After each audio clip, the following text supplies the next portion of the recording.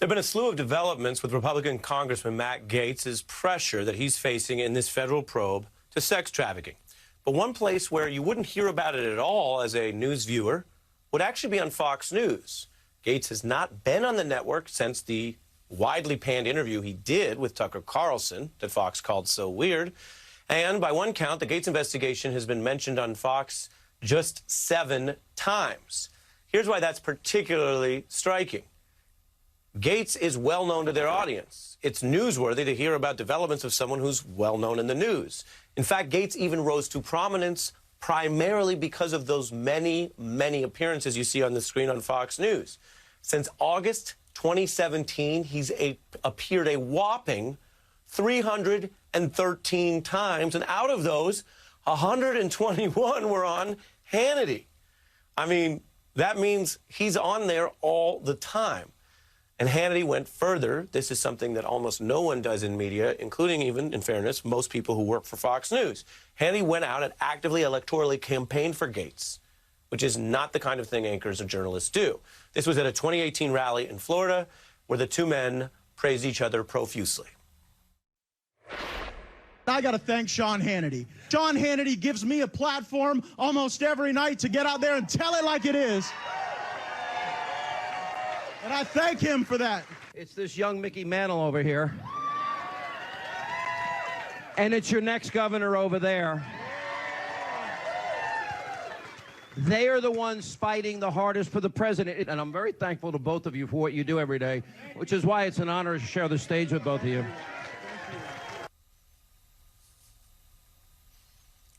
You almost can't tell who's benefiting who. And it was within a year or so that Hannity was privately giving Gaetz advice on managing a different crisis, one where he was actually facing an ethics investigation. And that probe focused on whether Gaetz was tweeting overly threatening messages at Trump fixer Michael Cohen, whether it constituted witness intimidation. But Hannity, who we just showed you, was so quick to discuss Gaetz, to campaign for him, to, as Gaetz put it, have him on his show almost every night. Well, Sean Hannity hasn't mentioned Gaetz once since all this became public, this investigation. Again, as mentioned, as for the underlying charges, Gaetz denies any wrongdoing. We're joined now by our friend Jason Johnson. Jason, it's quite a turnaround. Yeah. Matt Gaetz has lost a lot of friends. And I think, Ari, like, this is a good setup because we got to contextualize this.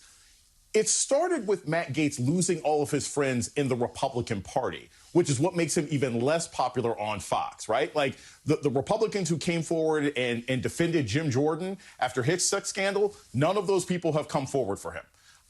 Katie Hill, who Matt Gaetz defended at one point, she has not come forward for him.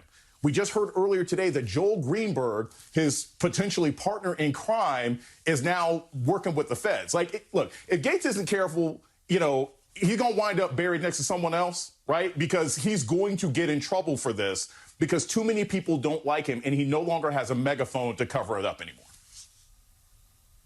Yeah, and you mentioned whether or not Greenberg will cooperate. I have mixed feelings about the second Drake quote in one program, but the other was by a guest.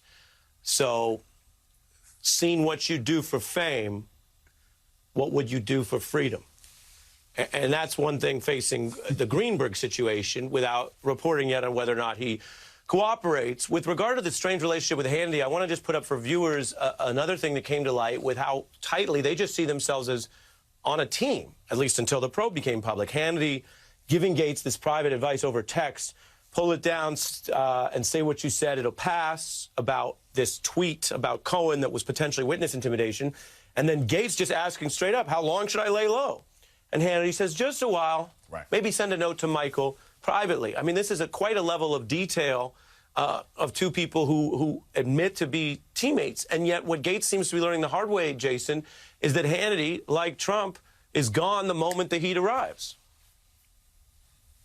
Oh, yes. These are very transactional relationships between the Republican Party and Fox. And that's why it was also very telling. The moment this scandal came out, remember, Gaetz was like, well, I got jobs lined up. And suddenly Fox News was like, yeah, we don't know you.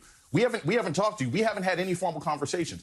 There are too many politicians right now, whether it's Gaetz or Boebert or Sarah Palin a couple years ago, who think that, well, if I'm not actually doing my job, if I get in trouble in a scandal, I can just have Fox cover for me. And it doesn't work that way anymore. There's a certain disgust that even Fox News may have if you get in too much trouble. Maybe you could get away with being a Roy Moore or a Larry Craig, 3 to 5 years ago, but you can't do that anymore. And Gaetz, who has alienated so many different kinds of people by being accused of being a snitch, by not necessarily being careful with his words, by trying to throw Tucker Carlson under the bus, these are all things that make him radioactive, even for Fox News, who seems to want to defend anybody under any circumstances. Yeah, you make some really politically precise points there, which are important, Jason, that Fox basically turned on Gaetz and just gave him a full new phone who dis, which isn't what you always want to hear when you thought they were your buddy. Jason, thank you as always.